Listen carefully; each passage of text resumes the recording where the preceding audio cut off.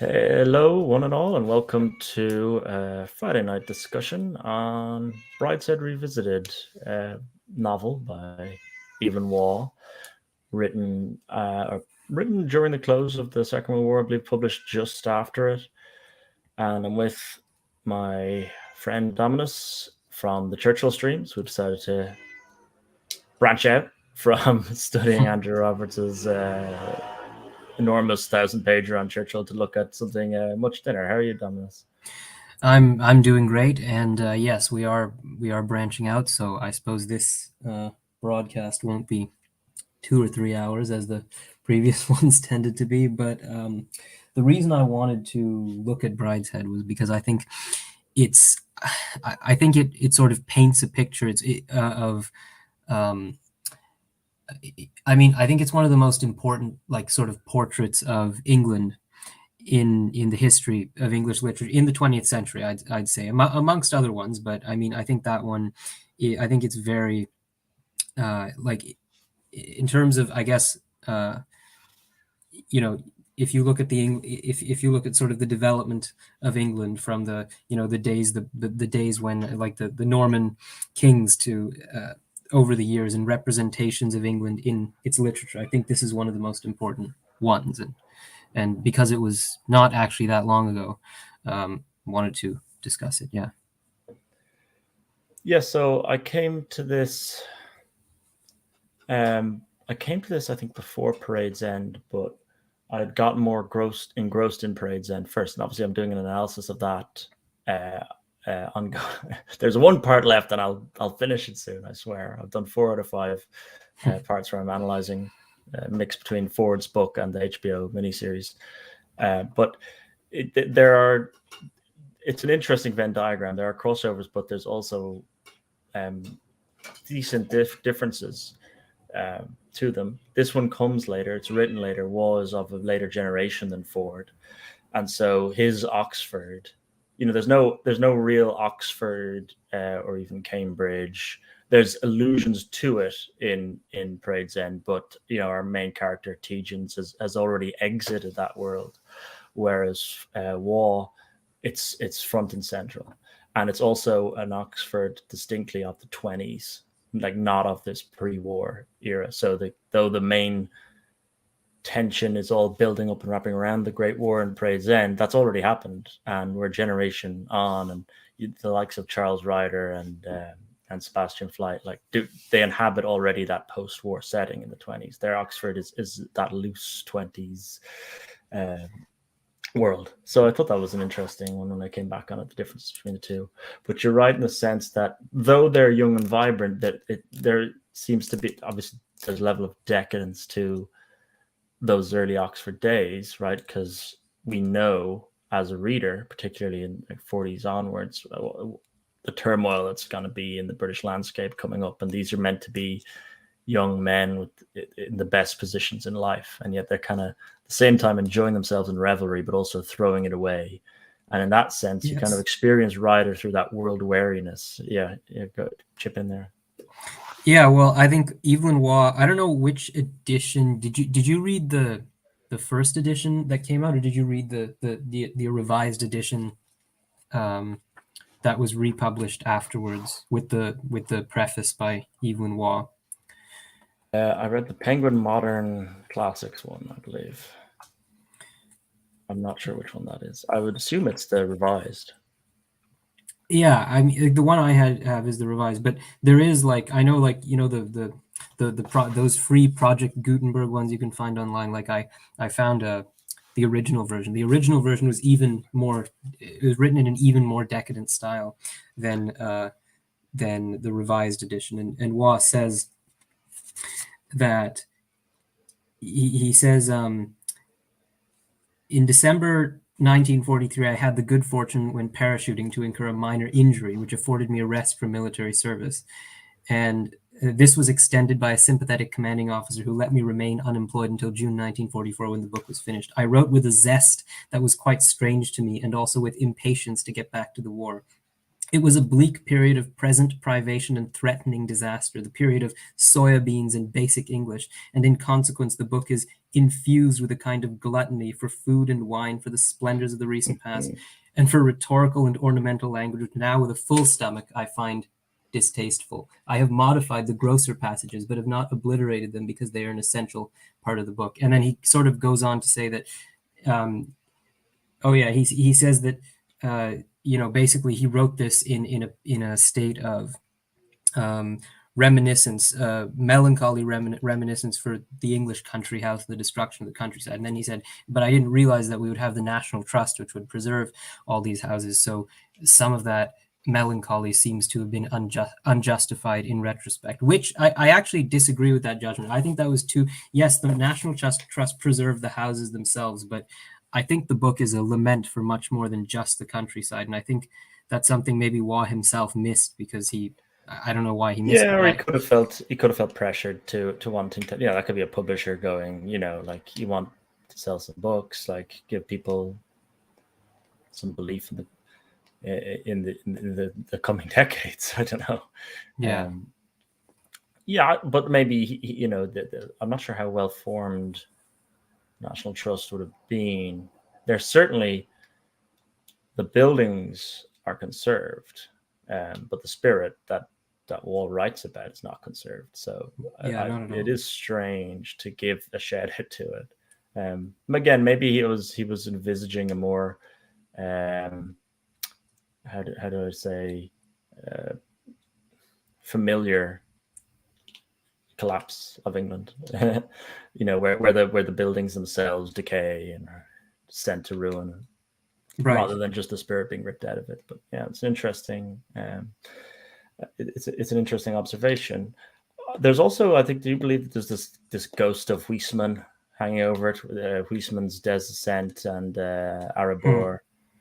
I think there's elements of the French decadent style, which is much before his time, but they're an influence over him. Yes, I'm not actually, like, I don't know for certain whether Waugh read Huysman's specifically. Do you know if he did? No, it's just something that actually, it's funny, I don't see it alluded to on other critical analysis of the book. I've not really I'm sure it exists out there, right? But I haven't seen it myself. The basic analysis goes heady days of Oxford, right? And that lost youth, which, to be fair to Waugh, he puts explicitly in the book. I think I have a passage here, beginning of chapter 4 is him on youth. The languor of youth, how unique and quintessential it is, how quickly, how irrecoverably lost. The zest, the generous affections, the illusions, the despair, all the tradition of tribes of youth, capital Y. All save this, come and go with us through life, again and again in riper years of experience, under new stimulus, what we thought had been finally left behind, the authentic impulse to action, the renewal of power and its concentration on a new object. So this sort of, I think people get latched onto that more so than the fact that youth itself is of quite a decadent period, and of the writing itself is in a decadent style. No, I definitely see that. Like the figures are almost like, you see more than a hint of, I don't know, someone like Oscar Wilde or whoever it is in, I feel like, people like Sebastian Flyte, but and I think Wilde was actually directly he was directly influenced by Huysmans, and his book, what is it called again? The Picture of Dorian Gray.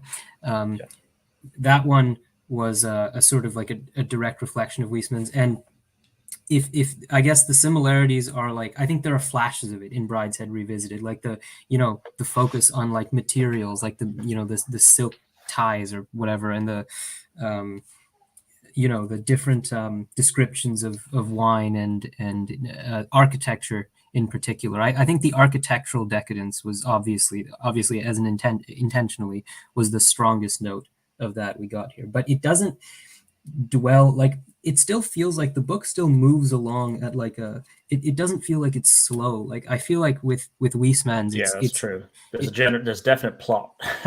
Yeah, whereas Huysmans is just endless description, which is of course the point. And Brideshead is not that, but yes, I do see that there are the flashes of the French decadent style, which sort of emerged in the late 19th century, and then you had the Great War, and maybe some of those in the aftermath of the 20s, the Roaring 20s, maybe some of those initial decadent impulses, which had sort of been stamped out by the scourge of war, re-emerged in an even more extreme way. I don't know if they did, but it seems like in some respects that. But it was also the period of the 20s. Was also the period of it was also the period of modernism, where a lot of language was simplified, and yeah, it's complex, but I agree with what you're saying fundamentally.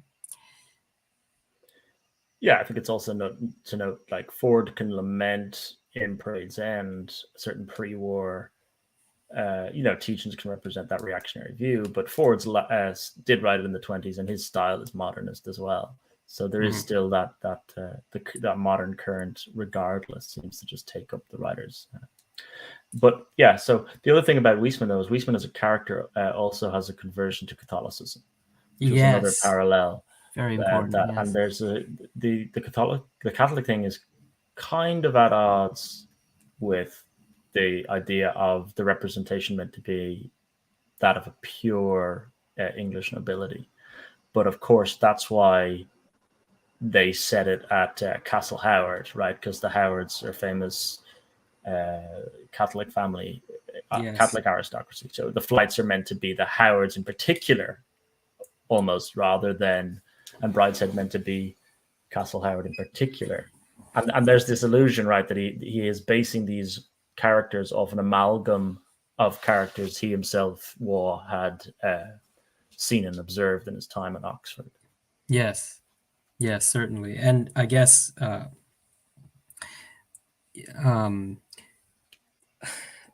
agree. Like when I first read it, I heard I sometimes consult, I'd read a few reviews of it before I actually picked up the book, and I saw people said, yeah, it's a lament for England, which it is.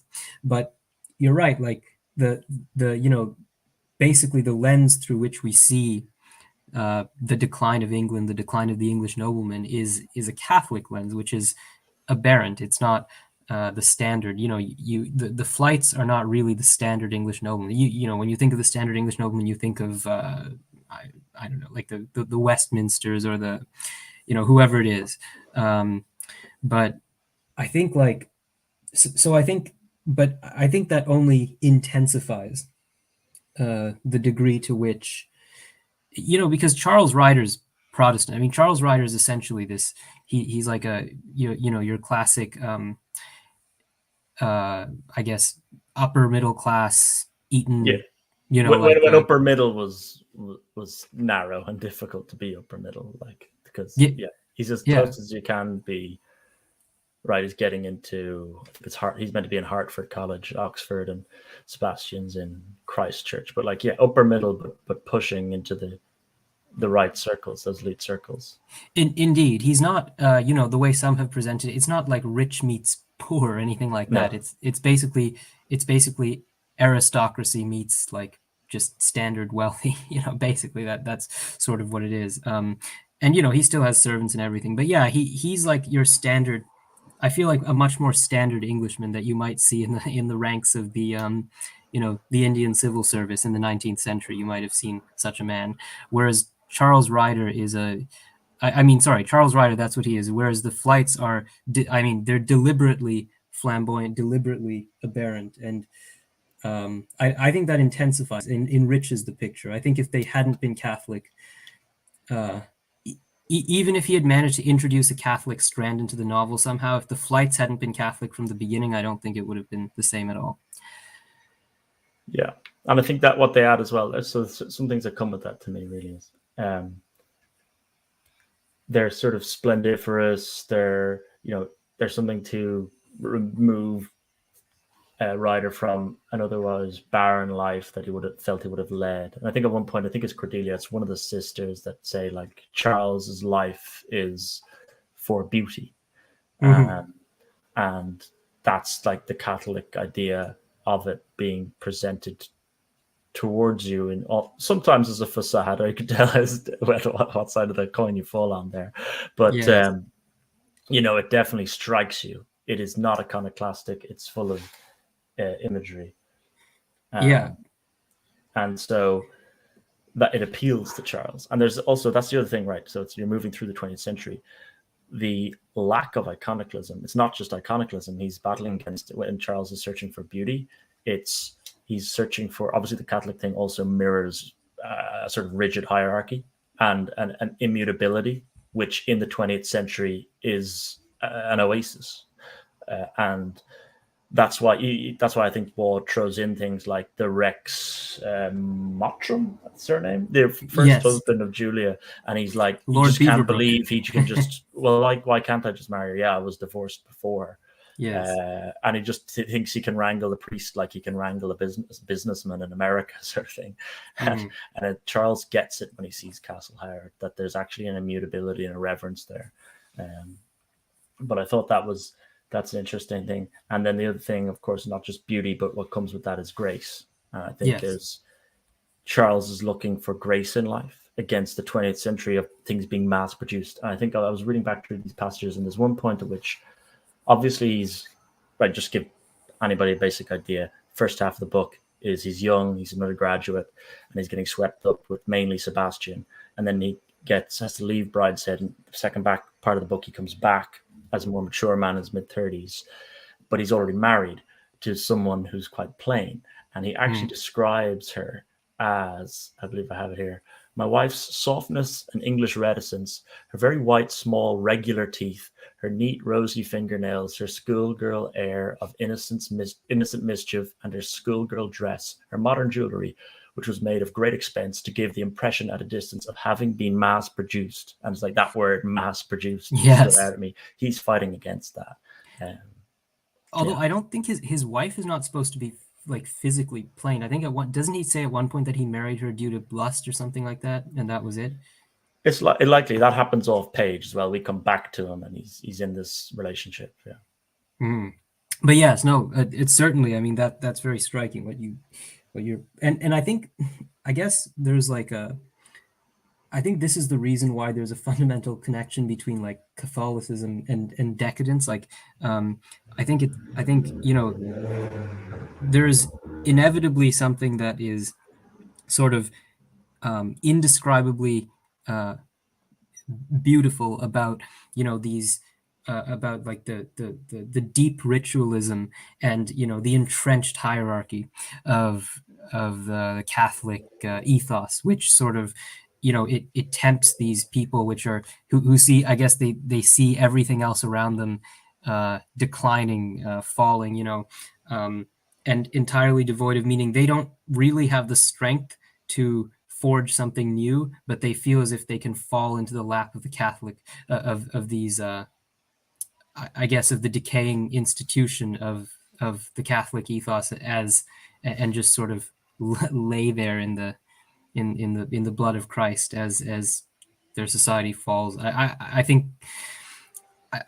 there's a, like, I don't know, some part of the Catholic spirit seems to be opposed to decadence, but I think there's definitely an undeniable spiritual connection between decadence and Catholicism. One of which is, of course, a sinful and very sort of anti-religious state of mind. But that idea of pestering sin is there throughout the work, and I think that what the Catholicism adds to it is this idea of the yo-yo. Right, you go from being recklessly sinful and then seek the repentance, or seek the moment of reconciliation with God through the priest or through these old hierarchical institutions. And right in front of us, we see Lord Marchmain, who in front of Ryder embodies that, right? So Lord Marchmain is, like Ryder, is born a Protestant and then marries into the Catholicism, right? It comes from the wife. And then by the time we first introduced to him, he's already left her. And this scene is when it's one of the most vivid settings when they go to Venice, Charles Ryder and Sebastian, to see Lord Marchmain eloping with his Italian mistress. Yes. And I think that you think he's gone, you think he's in the house of sin. I think it's repeatedly called words like this by the flight children themselves, and yet his moment when he comes back, it ruins Charles's life, or where Charles thought his life was going. But it's a moment near death where even the father, Lord Marchmain, wants to do that sort of yo-yo back away from the decadence, then back into the bosom of the church, as you could call it. I think by the way, I think the Venice setting was one of the most extraordinary settings in the book. Very, very vivid. Very like whenever I reread the book, I always look forward to that episode. Yeah, and on the Venice setting, actually, I wanted to think because like you said this. They're looking for an institution in a decaying world, and there's a particular decay to Venice from its own golden age, which I think Waugh gets, and it's why he's alluding to. It was something I came across. I recently did a stream analyzing Matthew Arnold's poem Alaric at Rome that he wrote when he was 18 as a prize-winning poem leaving rugby school. But in it, now he's in that Arnold is still a young poet, and he's heavily inspired by Byron, and he tries to make this illusion of the difference between the destruction of Rome and the destruction of Venice. Now, Venice doesn't really get destroyed; it just sort of slowly decays away. It's a very different Italian city to look back on after its golden age than Rome, and in so doing, he was Arnold even mirrors what Byron's words. I have him here from Childe Harold's Pilgrimage, which I think any like Waugh would have known. This Byron bit. I stood in Venice on the Bridge of Sighs, a palace and a prison in each hand. I saw from out the wave her structures rise, as from the stroke of the enchanter's wand. 1,000 years their cloudy wings expand around me, and a dying glory smiles over the far times when many a subject land looked to the winged lion's marble piles, where Venice sate in state, throned on her 100 isles. That sort of I think there's a reason we find Lord Marchmain in Venice, and we can have that setting. Waugh wants to bring us into that, and then have it hovering over us in the later chapters when the war breaks out. Chamberlain's peace fails and all of that.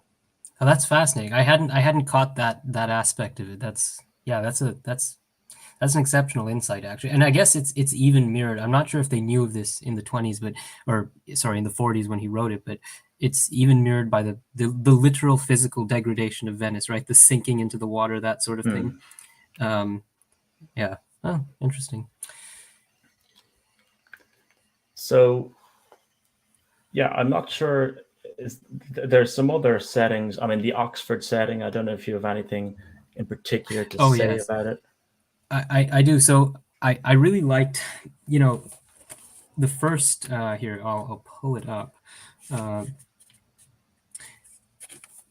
This first paragraph right after the prologue, when he sort of, he's sort of brought back into his past as he stands before the Marchmain house, once more after all those years. And he says, he says, he says, Oxford, submerged and obliterated, irrecoverable as Lyonesse, so quickly have the waters come flooding in. Oxford in those days was still a city of aquatant. In her spacious and quiet streets, men walked and spoke as they had done in Newman's day. Her autumnal mists, her grey springtime, and the rare glory of her summer days, such as that day, when the chestnut was in flower and the bells rang out high and clear over her gables and cupolas, exhaled the soft airs of centuries of youth. It was this cloistral hush which gave our laughter its resonance and carried it still joyously over the intervening clamor. I think that is one of the most glorious descriptions of Oxford I have ever read. I mean, it really does. The Oxford of Newman's day, like that first, just that particular phrase, it really plunges you, right back into the 19th century, into the image of what Oxford was at one point, could have become, and what it ended up failing to live up to. But I mean, I think that it's like, I guess it reflects, like, he says it sort of Oxford despite the fact that it was so ancient, it exhaled centuries of youth. It was almost like this constantly renewing time capsule, right? And then, but even Oxford could not resist eventually the ravages of the 20th century. And it sort of reminds me, although this may be a crude comparison, but it sort of reminds me of, if you've read Tolkien. Have you read Tolkien? Yeah, of course. Of like, I mean, he was also a medievalist, semi-reactionary in the same way that Waugh was. It reminds me of that, like Lothlorien. Remember the forest, which is sort of like preserved out of Yeah. time for hundreds of years, but eventually even it cannot resist the ravages of the new age. And that's what I sort of feel like he sort of paints Oxford as. I think Well, it's strange. What passage did he say? What was the exact term he used there on the youth? That there's always young people there though as well. Again, that's as a juxtaposition against the timeless stones sort of thing. It's a very medieval city, but it's always full of youthful energy. Oh, exactly. And that's the sort of strange juxtaposition that it gets. Even I was visited both Cambridge and Oxford recently, actually, and it still has that. Even coming out of COVID, there's something about being surrounded by young, energetic minds that are, or they should be intellectually. There's a decent catchment of intellectual prowess there, even if maybe it's not as much as what you'd want. But it's still it doesn't gauge. There are still a few Etonians, I suppose. Yeah. Yeah. But and it's funny that Waugh in those descriptions of Oxford is actually kind of. I mentioned Matthew Arnold before. Arnold in the 19th century, in his poem Thyrsis, which is a sort of monody on the death of his friend Arthur Hugh Clough, both Oxford through and through, that he describes it, and I think he says that sweet city with her dreaming spires, she needs not June for beauty's heightening. Was kind of, I suppose, being the successor to Arnold in that regard. In being, I'm going to be the guy to describe that the charm of Oxford for the 20th century reader, as Arnold was for the 19th. Right. No, I definitely, I certainly see that. That dual representation that across the centuries, that reflection of Matthew Arnold. Yeah. I guess. So, yeah, go ahead. But what does he think? I mean, because he obviously believes, or Ryder believes, that he says Oxford is irrecoverable, right? How does he say? Well, when does he say that? Usually that's somebody looking back, and so he's lost his youth, he's lost the vibrancy, and then it becomes irrecoverable to him because his journey through life takes him on and out. And that's the other part of Oxford, is like, but you're meant to love it, but then also meant to graduate from it. But and then when you do, you kind of look back and say it's irrecoverable. I think he's also saying, you see, because I interpreted, obviously there's like, that is, the psychological element of it, but I also interpreted, like, because the rest of the book is about the decline of partially, it's about the decline of old England, the final collapse of the aristocracy and of the countryside. And so when he says that Oxford is irrecoverable, I don't think he just means it in the personal sense. I think he also means that there's a certain spirit of Oxford, the Oxford of Newman's days, that has been eliminated by the passage of, specifically by the time period in which England found itself, in that sort of decline of empire, early 20th century period. I don't think it's just psychological. I think it's psychological, but also it's also a historical reflection, which is why Waugh is trying to give us. I wonder, do I have a slide of this man? Well, there's this character, right? So this is the most aesthete of the group he falls in with. This is Anthony Blanche, is it? Yes, Anthony Blanche. Modeled off numerous characters that he saw. So apparently Felix Kelly, if anyone wants to look him up. All this is on the Made Wiki page, though. It gives you a breakdown of who was purported to have. I think there's a lot of Waugh himself in Flight, though. Rider. But apparently there's a lot of this Felix Kelly character who literally painted murals in Castle Howard. So that is a big giveaway. But there are also Blanche. So the Blanche is the complete aesthete. He is the overt homosexual. There is undercurrents of homosexuality between Sebastian Flight and Charles Ryder Tourette. But Blanche is the flamer, as they would say, and Mm. that's that sort of decadence. Like, this man is not fit to follow Newman in certain regards. And then there's the other half of that. I'm not sure if I had him as well. So there's Castle Howard, the setting, Yeah. right? Just to give people a sense of Brideshead. This character is a Sam's Grass, or a Sam Grass, and he is The this. Don. Yeah, he's a Don, but he's completely lifeless in the eyes of Ryder. And apparently he was modeled off. So he's a fellow of All Souls, and he's modeled off a guy called Morris Bowra, who did go on. A lot of these characters, they're the books in 45, right? So he was vice chancellor of the University of Oxford, 51 to 54.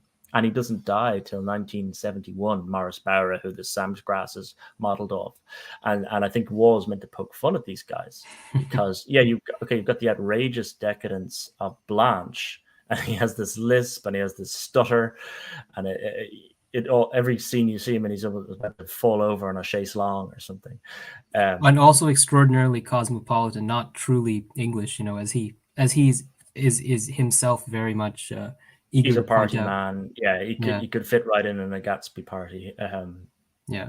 But also it's important that you have not just that vision of why Oxford isn't going to live up to Waugh or Ryder's expectations, but also Sam Grass. I think it takes two. And I don't know anything about this Morris Bowra guy, but Waugh clearly didn't think much of him and basically elevated beyond his position. He was in the book. Lady Marchmain indulges him, and he begins to think intellectually he's more than what he's worth, what he's made of. And I don't know. Yes, Maybe Waugh would have thought that with Bowra. Yeah, Karen. I really didn't like Samgrass. I agreed with Waugh's interpretation of characters such as Samgrass.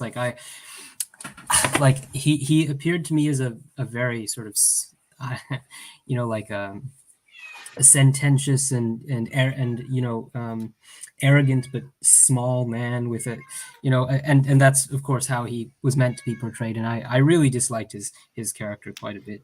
And Sebastian just constantly wants him to leave Brideshead. Yeah. but he's sort of indebted to him, right? Because he bails him out. He does bail him out, but also like if you remember at the beginning when Charles first enters Oxford, he is sort of in the beginning he hangs about with this sort of group of, he says they're like these like, I don't remember, like sort of moderately intellectual figures who are like they just stay in their rooms, and he says they're not the most extremely pedantic figures, but they stay in their rooms, they discuss their essays, and and then you have like his one Collins, was that his friend's name? He made a particular friend from this group, and then he spent a summer with him on the Adriatic, he said, and this guy just basically goes to Greece and looks at, like, he just spends his whole time looking at some, like sitting there and writing about some obscure feature of ruins rather than, actually enjoying the region. And so I think like, and then this guy reoccurs a few times throughout the book, and I think this is he sort of represents what Charles may have become if he had stayed with this group, but for the chance intervention of this it was Sebastian, and I believe it was supposed to be the Bullingdon Club or some other group who accosted the group at their I'm not well versed enough with clubs other than the Bullingdon. I mean, that's quite a well-known one these days, but I know they also the Piers Gaveston Society and yes, whatever. Yeah. It's meant to be one of these. It's in this tone, right? What's his name?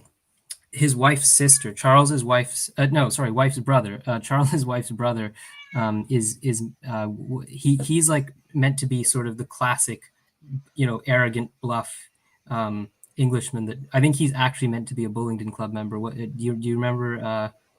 The wife's brother. Charles's wife's brother. Yeah. It's not ringing a bell. No, he here. Wait, what was his wife's name? She's so forgettable. Celia Ryder. Celia, yeah. So Celia's Celia and brother, Cordelia was mixing them up. Yeah. Celia, Writer.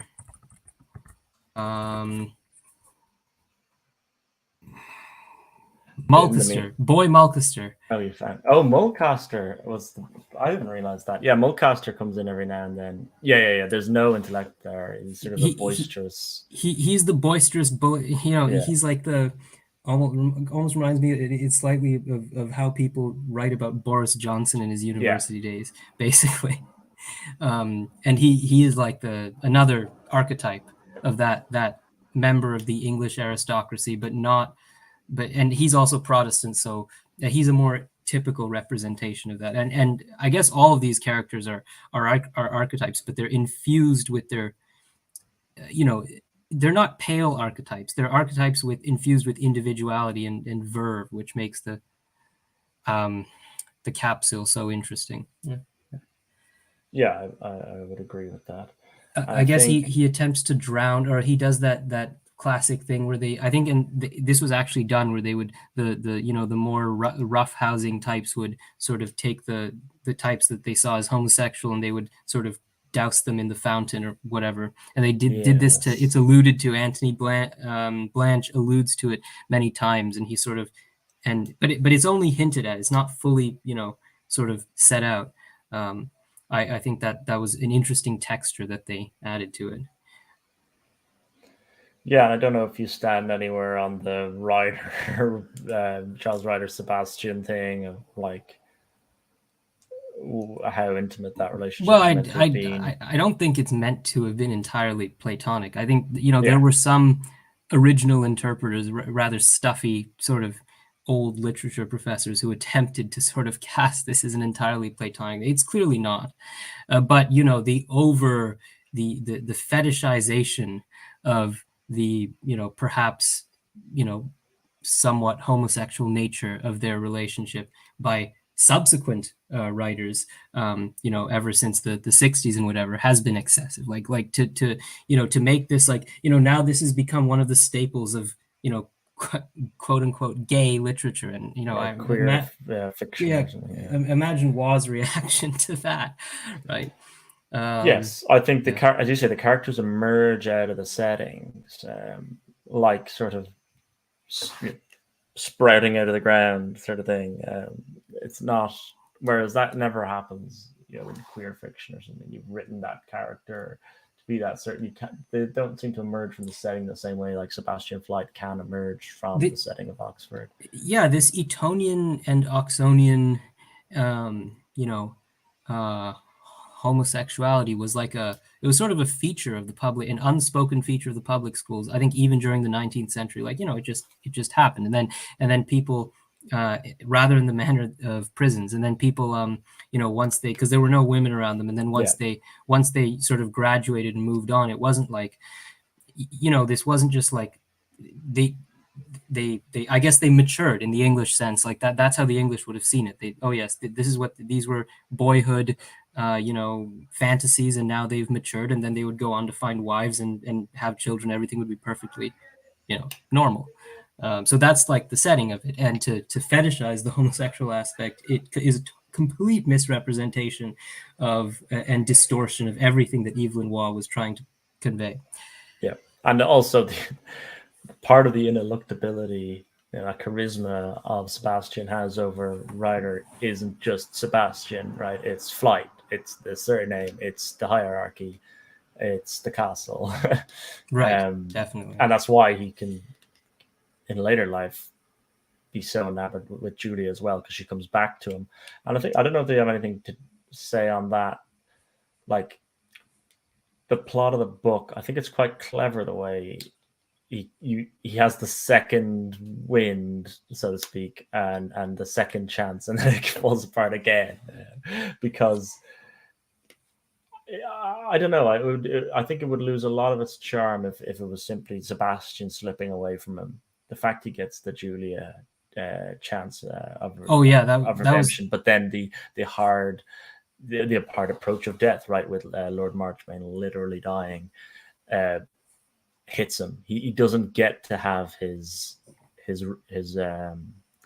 reveries enacted through Julia. But it's good to give him that chance, that temptation in life will still resurface.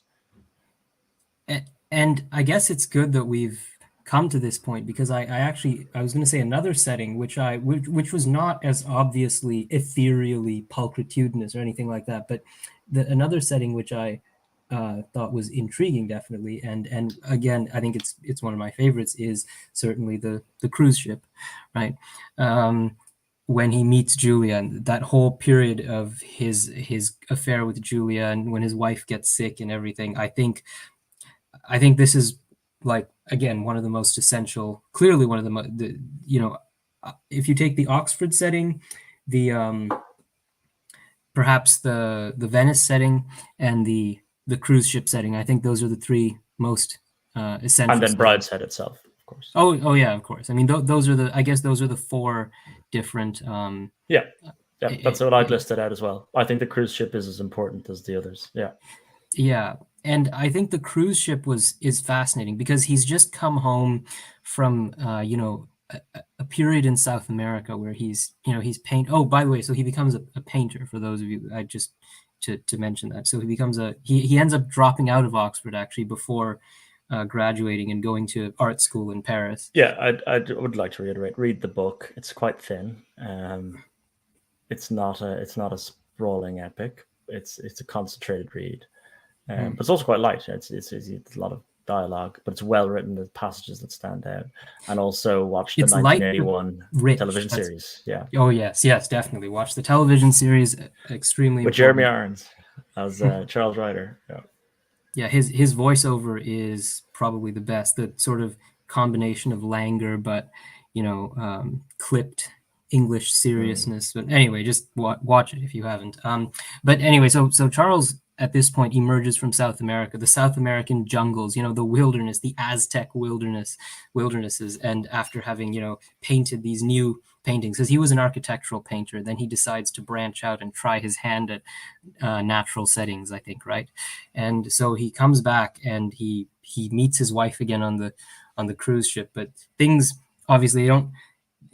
I think he says, what was that line where he says he basically talks with her for like as soon as he comes back, and then at the end of the conversation he says, and then things began, and then things turned out just as they had when I'd first left for South America, with my wife crying or something like that. And so obviously that there was a, the soullessness of his life after Oxford, where he just sort of descends into this period. He loses contact with the flights, and he descends into this period of just sort of there is a power. Bleaker descent of Sebastian, which we might touch upon after this. Yeah, carry on. Yeah. So so his wife is a reflection of that, because it's interesting. He does not mention in the book, like, the period when he gets married and has children is not actually written about in the present tense. It's sort of mentioned as an afterthought on his reflections during his reflections on the sort of like ship. I did that on autopilot almost. I just married and I had kids on autopilot. Exactly, and you can totally feel it. And his wife is like, "Oh yes, and you should," she stages this whole party for him on the ship, and look at all the. She introduces him to all the. There are many Americans on the ship. That's one. They're very vulgar people in the book, at least. I'm not gonna, Must get back and finish those Chip Channon diaries for that American sort of UK, England in particular crossover of the 20s and 30s. Oh yes. It's the perfect insight of the American coming over, but being enamored with it rather than just remaining the brute. But anyway, yeah. And because that was the era, I actually think, sorry, just to say, like, that was the era where there was a lot of intermarriage because the new wealth of America was marrying into. It started just a little bit earlier. Wasn't it also late? This is late 19th century, all the way up until like the 50s. Yeah, it started a little bit earlier, but it was probably filtering down a little bit throughout society from the top. And that's why we talked about this. Churchill was by the 40s. He has that illusion that passing on governorship of the world to America is actually maintaining it within the English-speaking peoples. The period is between the 20s and 30s where that seems permissible. Yes. And I think that's why you have the ferry crossing. I mean, literally mid-Atlantic. Oh yes. That exactly, like that. That's why, like, and that American intrusion I think, into the aesthetic of Brideshead is an extremely important intrusion. Like, the rest of it you sort of read and it's very very English with some references to the continent, maybe, of course, the Greek and Roman past. Oh yes, and then there's Italy, but that American intrusion is very abrupt. Like, you feel like as if you've just been, someone has seized your head and plunged you into cold water as soon as this American setting emerges. Like, it is very apparent the difference between the new world and the old, and that juxtaposition, the contrast is clear. But anyway, on this cruise ship, he reignites with Julia Flight, and he reignites his relationship with her, and they begin an affair. Now, I think this article that you said by Christopher Hitchens in The I have it here if Guardian. you remember parts of it. Yeah, there's a line where he talks about shit. Where is it? So I've got it here. It's all on account of the war. He says, yeah, and it's all on account of the war, but he specifically talks about the affair of Julia and Charles. He says, Charles looks like a rather gormless young Tory MP of an earlier vintage. Neither of the great Oxford or Venice passages is intoned. This is later on. And oh no, sorry. He's reviewing the movie. So let me just pass over that. That's not what I'm looking at. Oh yeah. So he says, the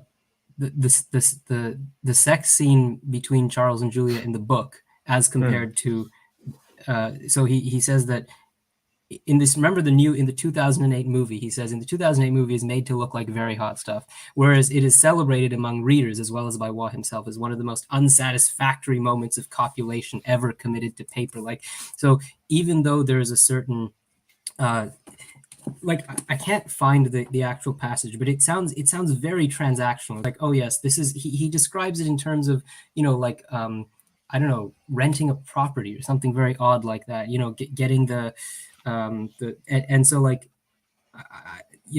despite the fact that Julia Flight is his second attempt at returning into the fold of the Flight family, and despite the fact that he, it does introduce a brief period of bliss into his life, there is always a sense that, there was something that wasn't going to work out, and there was something that he could never retrieve from his It's an early echo. days. It's a ghost from the past. Isn't that how he describes it?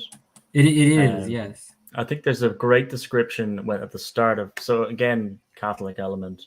He calls the second book. The first one is Et in Arcadia ego. So, and in Arcadia I was. Arcadia being, the blissful land of the bagpipes playing, the shepherds. Obviously, there's, birds and the bees. There's an allusion there, but also it's this idyllic countryside retreat, undisturbed landscape to Arcadia. But then the second book is called A Twitch Upon the Thread, which is a quote from G.K. Chesterton novel. Yeah, Father Brown. So that Chesterton being a big Catholic figure. So I think there's an allusion there. But yeah, so where was the beginning of Twitch Upon Thread? My theme is memory, that winged host that soared about me one grey morning of wartime. These memories, which are my life, for we possess nothing certainly except the past, were always with me. Like the pigeons of St. Mark's, they were everywhere. Under my feet, singly, in pairs, in little honey-voiced congregations, nodding, strutting, winking, rolling the tender feathers of their necks, perching sometimes, if I stood still on my shoulder, or pecking a broken biscuit from between my lips, until suddenly the noon gun boomed, and in a moment, with a flutter and sweep of wings, the pavement was bare and the whole sky above dark, with a tumult of fowl. Thus it was that morning. This sort of idea of the memories always being about him, like the pigeons coming back into his life. I also think about this, about the setting of the ship. Very intimate, though of course it could be intimate as wife, but yet he manages to forget her, which is also just it's ironic, right, that she's trapped in the room but he somehow escapes her despite them both being contained within the ship.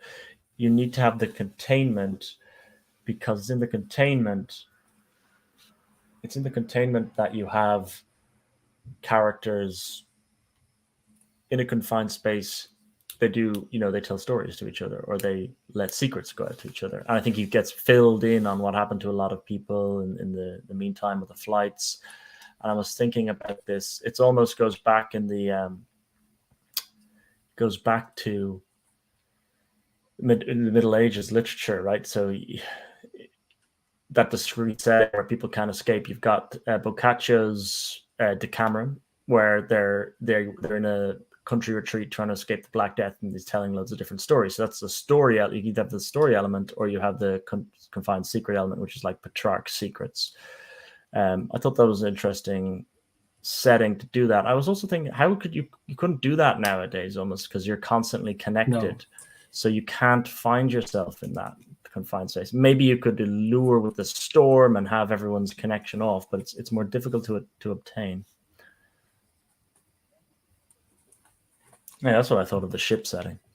I think I completely yeah. I mean, I guess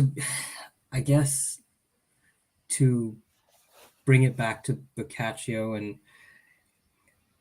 I mean, that was probably me giving it a stretch. no, it's a fascinating echo. Like I think that's the point. Like one of the most important things, I suppose, in a corpus of literature is the threads that you draw across the centuries, even unwittingly. I think that I'm not, even if Waugh did not himself think of that, I think that's a fascinating echo.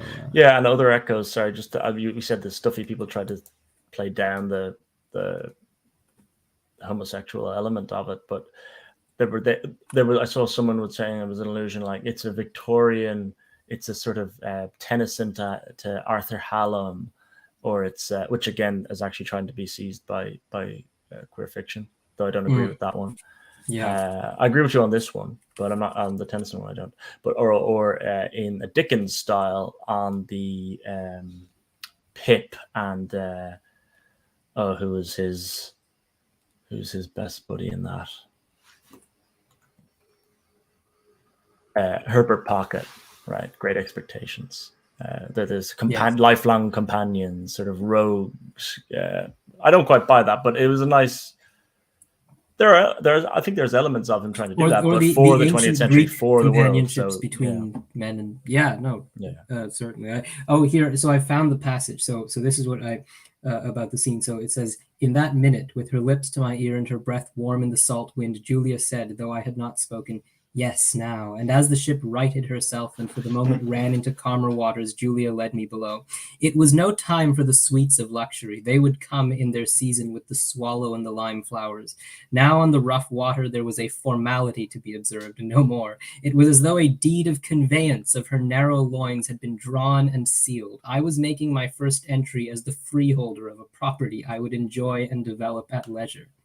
You see, that is I think, I mean, I guess, do you see what Hitchens was saying, like that? It's deliberately unsatisfactory, and he almost says, well, I'm going to hold and develop this property at leisure. I think that's a reference to Brideshead itself. Yes, exactly. Yes, that's what it is. He's conflating Julia with Brideshead as the all-encompassing experience it was and it never eventuates. Like he sort of says, like, this is what's going to happen, but it never does. Like, this is the beginning. It's always like that taste, and then everything is drawn away and everything collapses. And that seems to be his relationship through the decades with Brideshead, with the flights and Brideshead as one entity, as it were. Is there anything else in Waugh's corpus? I know I've never actually read any of them, but I'm aware of there's one literally called Things Fall Apart, right? And there's one called Put Out More Flags. I don't know if there's whether you've read any of those, or is there any I haven't any of these themes which spill over into his other works? I haven't read any of Waugh's comedy, so I don't I can't speak to. But yeah. I do know that this is a departure from his previous. Like, I know that his previous stuff, Decline and Fall, or whichever the other one. Like they were sort of the one about the. Well, was that the one about the media proprietor? Anyway, they were sort of like. They were comedic, they were witty, the language was very much, I guess, more modernist. And in this one, This book is primarily like memory, so it's entirely different. And this is why, I mean, Waugh is known as like a comedic writer, but at the same time, this is his most famous There are work. comedic scenes in it, though. There are. I those are probably reflections of, like, I mean, because he had that comedic ability. Waugh, like in those scenes, like I can detect like he has a his nature is satirical. I feel like in some scenes, like especially the really over the top moments, there's almost like, a slight hue of satire that sort of um, encompasses everything. I feel like. Do you feel that way with some of the stuff? Oh yes, and I think like once you have a character like Anthony Blanche, Yeah. there's going to be that element to it, right? I mean, some of the Oxford stuff is just outrageous. That's the only way to really describe it. Yet, I suppose we're just coming up to the last 5 minutes. So I don't think there's anything else you want to uh, definitely mention. I think I just want to mention explicitly the plight of Sebastian. He's Yes, we lapsed haven't into spoken about him. alcoholism. Yeah. So this is meant to be like God will save all souls sort of narrative. I think he goes to North Africa and escapes Ryder's sort of vision, and he hears about Sebastian by the end through whispers. But actually, before that, Ryder gives him drink at some point, and that's sort of once Lady Marchmain finds out, because they're trying to curb him off it because he's become an addict. Yes. That's where Ryder receives his exile. Sort of like the old Greek the Greek exiles ostracized from Brideshead by Lady Marchmain, and he only kind of comes back in once she's died. But he tries to find. There's a scene where he tries to find Sebastian in North Africa, and he's living with a guy, Kurt, a German, also quite obviously like together as a homosexual couple. But then by the end, there's whispers that he's found some monastery in Tunisia, and he's trying to redeem himself in the eyes of God. Like he can't. Even Sebastian, going halfway across the world, can't. And then Ryder does this as well by going to Mexico and so on. They can't escape the Catholic allure, and they look for that solace before their life is out, before their candle blows out, sort of thing. Yes. That's my thought on the Sebastian arc, anyway. And they're all sort of but Sebastian, I suppose, remains an alcoholic even in his monastic cloisters. But I mean, yeah, you're right. It's alluded to, yeah. I mean, Charles never really does have closure with him. He becomes another ghost, even though he hasn't died yet. He becomes a ghost in his life. He encounters him, I think, in Algeria, right? Algeria, or where is it? No, Morocco. Yeah. Right, and that's a brief. That was an interesting setting. I don't think it was one of the most fundamental of the book, but it was interesting. And I think, yeah, I mean, there's almost like, and then you always feel like I always felt through the book like, okay, like there has to be some final closure with Sebastian. The first time I read it, and there wasn't, and it was just sort of like, no, like that was it. Like this like, because okay, I guess Waugh was trying to say, if you the first part of the book, you think that's the relationship, and so it has to come back round. But no, that's not where Waugh wants to take you. Yeah, it falls off, and I guess the Catholicism, I don't know, like in a sense, the Catholicism sort of destroys his life. In a sense, like the character, basically Charles Ryder, he says like at this point, like he doesn't have a wife. He says at one point, like, I have no wife, like he got divorced. I have my children. I don't see them anymore. I don't have any, friends. Like I've lost all the relations that I've had. And the only thing I have is salvation, the salvation of God. I mean, I almost thought, other than for Waugh's very sort of almost dogmatic, devotion to the Catholic religion once he converted, I almost feel like it's like an unintentional satirical stroke there, as if like, oh yes, this is what happened, like, convert to. That's definitely it. And that happens with the flights as well. Like they're a complete mess. Their lives are a complete mess. Yeah. So I mean, is he? I feel like the ultimate view on the Catholic religion ends up being ambivalent, but I'm not sure if Waugh's purpose was to make it ambivalent. Well, I think this is where reading it in juxtaposition with Parade's End, Ford is trying to write uh, or envisage an Anglican saint, because we know what a Catholic saint looks like, but we don't know what an Yeah. Anglican saint looks like. Right. And he's married to, he marries into the Satterthwaites. There's the Catholic family. They're not as sort of ridiculous as the Flights, but there is that element of they don't look for lived moral, upstanding behavior day in day out. They swing wildly and then think they'll through an act of praying they'll find forgiveness.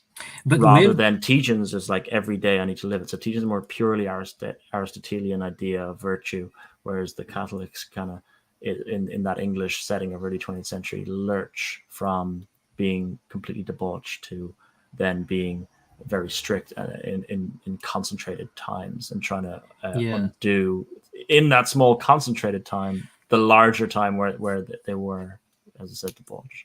But the infinitely virtuous, more upstanding, rather sententious figure seems to be sort of derided by Waugh. Like Waugh doesn't seem to like that sort of person either.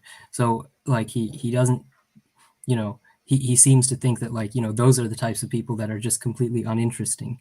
Right? Yeah, those are the Sam Grasses of the world. yeah, precisely. And so and they just so I really like that sort of moral and religious uncertainty. It can't really be claimed fully as an endorsement of decadence, but it can't be claimed as an endorsement of Catholicism either, I don't think, or of I think. What do you think? Finally, I just want one final thing before what do you think the relationship is between sort of this idea of like the fall of England and this, like, generally the fall of the English aristocracy, of everything that is good and true, and this idea that the Catholic Church will save. I don't think he's being evangelical in any way, but like the Catholic element and the decline in the memory element. I can't. What do you think is the precise relation between these two strands? Did he believe that England writ large, like Ryder, despite their chaos, despite the upheaval, would find solace without children, right? You could think like without colonies, without the empire, without a wife, America maybe, that they would return to some sort of spiritual comfort in Catholicism. Perhaps Waugh thought that. Not quite sure why he thought that. It didn't materialize. It didn't. But I think he was looking for, England will still have a spirit, and where will it look for it? It'll a spirit will look for solitude, solace, and it'll look for a home. It'll look for a Brideshead, and that moment in Brideshead Chapel, perhaps that's it, because he is still surrounded by all the army men, right? And they're kind of the rambunctious characters, but I still think they're a bit in awe of the hierarchy of being in a place as grand as, even it's slightly dilapidated in the 40s of Brideshead, and that Catholicism as a hierarchical structure mirrors that aristocracy. So Waugh was perhaps hoping it would fill that void, but you've asked me to kind of give it 2 pence. I'm not sure it's not like hammer on nail that. But, that must have been a strand in Waugh's thinking, surely. And did you find the final scene of, well, not the final, but the scene of the conversion of Lord Marchmain? I mean, I suppose some found that, like the Catholics might find that to be a touching scene. Hitchens saw it as, Hitchens was a very devoted atheist, so he saw it as very kitsch. He saw like almost not. He saw like, oh yes, this is just like a kitsch element that Waugh couldn't resist because he was a fanatic. And really, that's not the part you should focus on. Yeah, it's interesting reading Hitchens' review, because Hitchens himself now, through the timing of his own death, becomes a time capsule. Like notably exits the stage before the spirit of the 2010s really kicks off. And so himself, like Waugh and like Flight before him, are now of an era. So yeah, that atheistic reading is interesting, but it's already of its time. Yes. Um, I did not find the Lord Marchmain death that profound. I think it's the chapel scene at the end with Ryder is more profound, where he describes, something quite. This is in the epilogue, something quite remote from anything that he's surrounded by the armymen, right? And he goes into the small chapel. Something quite remote from anything the builders had intended. This is the stonework on the chapel has come out of their work, and out of the fierce little human tragedy in which I played, something none of us thought about at the time. A small red flame, a beaten copper lamp of deplorable design, relit, and that goes with the idea of snuffing out the candle, relighting it, before the beaten copper doors of a tabernacle, the flame which the old knights saw from their tombs, which they saw put out. That flame burns again for other soldiers, far from home, farther in heart than Accra or Jerusalem. And so that was more touching to me than the Lord Marchmain deathbed. Like, for me, it's almost comical, because Ryder's about to get everything he wants, Yes. and then in bursts Lord Marchmain. Like, the timing is still, you can see Waugh's comedic ability there. That's interesting, because I feel like that final thing with when I first read that final scene in the church chapel, I found it almost incomprehensible. Like, I had to go over it a few times, and I finally got a measure of what he was saying. But I almost found it, in a sense, like in my mother also read this, and she told me that she thought it was sort of like a bland. She thought it was sort of like, the character, or maybe even Waugh, trying to like cope, like in the modern internet sense, I said with a few everything minutes that he ago had about lost. Like, what he thought he was doing. You could describe that as a cope, for sure. you could, but I mean, almost like a bland attempt, like nothing profound to it. I am a mix. I sort of see that perspective, but I also see your perspective of it being touching. But I don't know. When I first read it, at least, I found the conversion to be more like, I guess touching, but then ultimately, because it destroyed him, there was no meaning to it. But I found the instant of the conversion more touching than the instant of him sort of reflecting in the chapel. He refuses to let it's touching in the sense of he refuses to let his soul become entirely worthless. It's jarring in the sense of, we talked about the settings: Oxford, Brideshead, Venice, and the cruise ferry. Yes. The words Accra and Jerusalem, in the context of those settings being so powerful throughout the novel, are a little bit jarring. Yes. So in that sense, yes, it's jarring, but for, like, you want Ryder to find something to live for, and you're glad of it. I'm not sure he has. That's the thing. Like, okay. Like, I think that he has, but it's like it's in the stonework. It's in the stonework of Brideshead itself. Yeah. Is there anything else? I mean, there's the lesser siblings. Bridie, I don't know what to make of Bridie. I mean, he's meant to inherit it. I mean, maybe that's Waugh not being knowing what to make of these we forgot to mention, Bridie's exactly this type of character, like, sort of upright, moralistic, and like horrifically annoying. Like, he's actually, I disliked him even more than Sam Grass. I really, really disliked him. I didn't have a feeling on him, because I have it here, Waugh's words. Bridie was a mystery, a creature from underground, a hard-snouted, burrowing, hibernating animal who shunned the light. He had been completely without action in all his years of adult life. And that is another, I talked about the Venn diagram with Ford's Parade's End.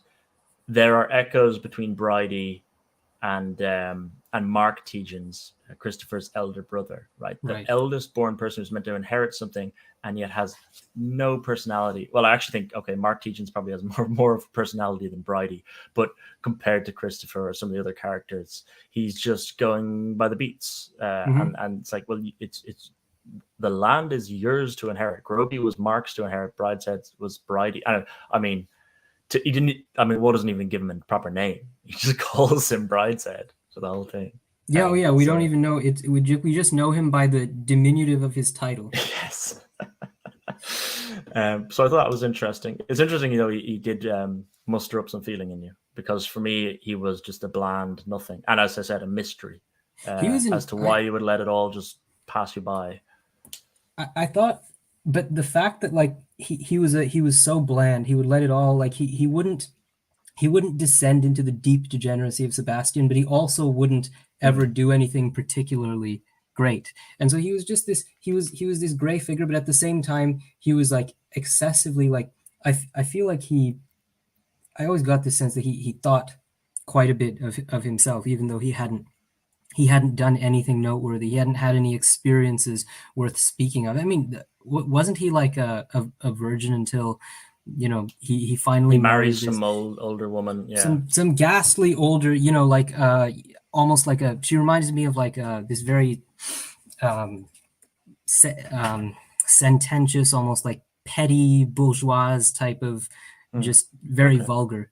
And so I think like Bridie ends up coming off as like gray and unaccomplished, but at the same time moralistic and vulgar, and that's what really made me dislike him. Like he has no standing to be moralistic, and so he because he hasn't done anything of note, but he also doesn't have the the courage or the personality to have a bit of fun and whatever, drinking, sex, whatever it is. And so he ends up just being this, in my opinion, a profoundly unlikable figure, completely unworthy of inheriting Brideshead, as I believe he doesn't die, right? No, he finishes by inheriting, Oh and then yes. Julia moves off. And Yeah, they're all well. You see, they're all kind of somewhere engaged in the war effort. Nobody's actually there.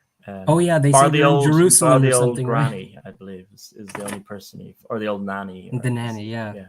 And then there's Cordelia, who I think is she's emblematic of um, Ryder, like being really intrigued in her character when she's young, thinking she has loads of potential.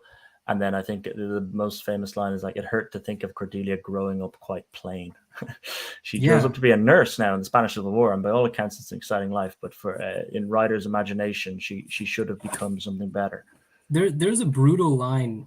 I don't know if you can find it. Or I'm trying to pull it up quickly, but where he meets her after many years, and he just says like his reflection is like it was safe to say that Cordelia had now become a quite ugly woman, and he just describes how like disgusting her features are, and it's just like sort of almost like this child that he thought had great potential, and then she grows up to be plain in appearance and plain in accomplishment, and so he ends up just almost like casting her off, like, okay, she's one of the people that I no longer interest myself in, like not worthy of our attention or reflections any longer. She fades into the mist, into the background, you know Yeah, in a way the that whole Bridie does. passage, I have it here. It hurt to think of Cordelia growing up quite plain, to think of all that burning love spending itself on serum injections and delousing powder. I should become a nurse in the Spanish Civil War. Yeah. When she arrived, tired from her journey, rather shabby, moving in the manner of one who has no interest in pleasing, I thought her an ugly woman. It was odd, I thought, how the same ingredients, differently dispensed, could produce Brideshead, Sebastian, Julia, and her. Yikes. Yeah. I mean, this is just Noticeably, without Julia's or Sebastian's grace, again, that word grace being important. And Brideshead's gravity. So Ryder actually giving Brideshead more than you gave him there. I think that's true. everything I want. I suppose no. I mean, I think Brideshead certainly has more gravity than Court. I mean, he's the elder sibling. There is a certain like stability to his presence that you don't get in the others. I won't deny that. So I think that's it in terms of everything I wanted to discuss. We have gone to an hour and a quarter now. I think the only thing we didn't explicitly mention was like Julia's decision, but we talked about the Lord Marchmain, like her decision not to marry again. Right, she was married to Rex Mottram, who, by the way, is Canadian. It's interesting. He finds his fortune again in the war. I think that's it. At one point he's a businessman, and with the appeasers, he's going basically bankrupt. His word's not good, and then he manages to find. By the end, he's in the thick of the War Office and the war effort or something. The war has kind of saved him. The appeaser track of Britain would have ruined Rex, and then instead he finds he's supposed to be a reflection of Lord Beaverbrook. Explicitly Beaverbrook. Explicit. I'm pretty sure it's almost explicitly Beaverbrook. Like this newspaper. Oh, look, does he own? Yeah. He's a newspaper baron, sort of thing. Yeah. Yeah. This Canadian newspaper baron, sort of vulgar, but at the same time spends a lot of time in England, picks up the mannerisms. They say, I think at one point in the book, they say by this time his Canadian accent had disappeared entirely. And then he makes his fortune in the war, and they reference like something to do with aircraft or something like that. I'm pretty sure he's like explicitly Beaverbrook, but with that that Bridesheadian, exactly, and made to fit into the setting much more than I think the actual Beaverbrook. Is there anything then on Julia or her specific decision? I mean, we've mentioned Julia, and I'm not sure I've got anything to add, just in case you have anything left. Her decision not to marry, right? Like when she becomes the profound experience of seeing her father sort of realign himself with Catholicism and on the deathbed, and then realizing she can't marry Charles. And she says, "Do you understand that decision?" I do. Like I was, I do understand the decision, but it's also I understand it partially because she obviously explains part of it, but it's also incomprehensible to an extent. I think that's the point. Like Charles says at some point, oh yeah, so she says here, so he says, what will you do, right? Because he's getting this sense throughout as time passes, like as Julia. It's not a shock decision. It's the setting is there. It's approaching.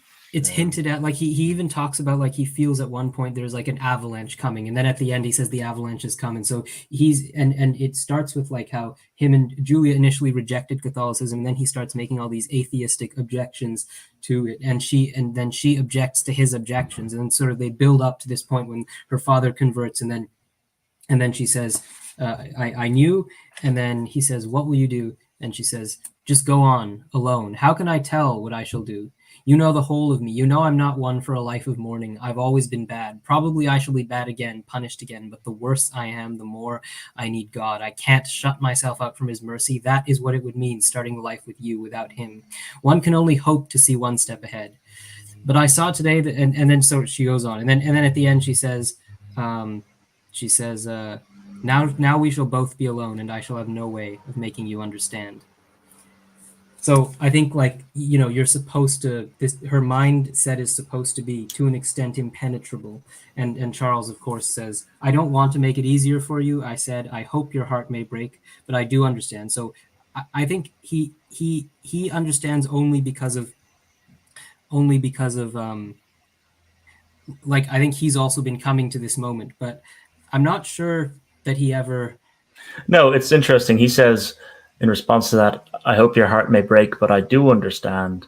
And I always think, I don't think he does understand on the same page she does. I don't. Like, I really feel like there's a level of something that he's missed. I feel like, I don't think that he'll ever feel the salvation of the Catholic Church in the way that Julia will. And he says, the avalanche was down, the hillsides swept bare behind it, the last echoes died on the white slopes, the new mound glittered and lay still in the silent valley. Like, the image of an avalanche engulfing someone does not sound to me like a man who has just had this extraordinary revelation. It sounds like, to me, like a man who has had all his prospects collapse and is left with one candle in the end.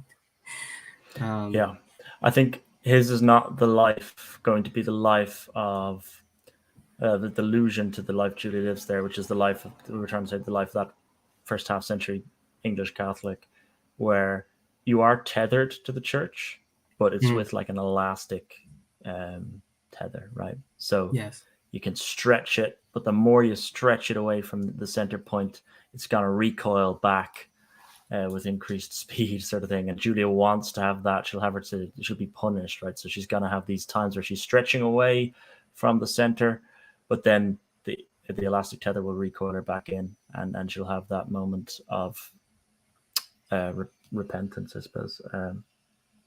where maybe Charles believes he could experience similar vicissitudes in life, but perhaps he's not tethered, as you say. I don't know. I think I'm gonna give more credence to that candle at the end,